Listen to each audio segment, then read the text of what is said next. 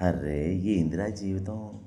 ఉదయం లేచిన దగ్గర నుంచి రాత్రి పడుకునే వరకు ఏదో ఒక సమస్య. ఒకటి తీరిందనుకునేలోపే ఇంకోటి సిద్ధంగా ఉంటుంది. చిన్నప్పుడు పెద్దవాళ్ళమైతే జీవితం బాగుంటుందని అనుకున్నాం.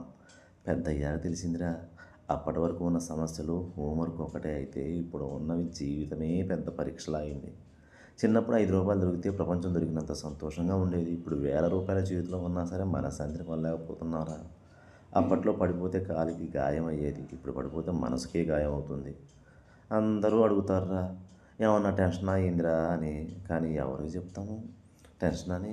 ఎందుకంటే వాళ్ళు వస్తారు, వింటారు, ఓదారుస్తారు. చివరికి వాళ్ళ పనిలో వాళ్ళు బిజీ అయిపోతారు. మిగిలేది మనమేరా. కొన్నిసార్లు అనిపిస్తుంది అందరికీ నేనే అవసరం, కానీ నాకు అవసరమైనప్పుడు మాత్రం ఎవరూ కనిపించరు. నేను చేసిన మంచిని చాలామంది మర్చిపోయారు.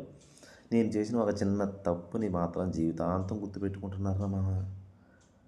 కొన్నిసార్లు అద్దం ముందు నిలబడి నన్ను నేనే అడుగుతాను, నువ్వు నిజంగా సంతోషంగా ఉన్నావా అని. అద్దం మాత్రం సమాధానం చెప్పదు, నా కళ్ళే సమాధానం చెబుతాయి. జీవితం భలే కామెడీగా చేస్తుందిరా. కావలసినవి దూరం చేస్తుంది, వద్దనుకున్నవే దగ్గర చేస్తుంది. నమ్మిన వాళ్ళే దూరం అవుతారు, తెలియని వాళ్ళే కొన్నిసార్లు మనల్ని అర్థం చేసుకుంటారు. అయినా ఈ జీవితం మీద కోపం రాదు, ఎందుకంటే ప్రతి కష్టం ఏదో ఒక పాఠం నేర్పిందిరా. ప్రతి ఓటమి ఇంకొంచెం బలంగా నిలబడటం నేర్పింది.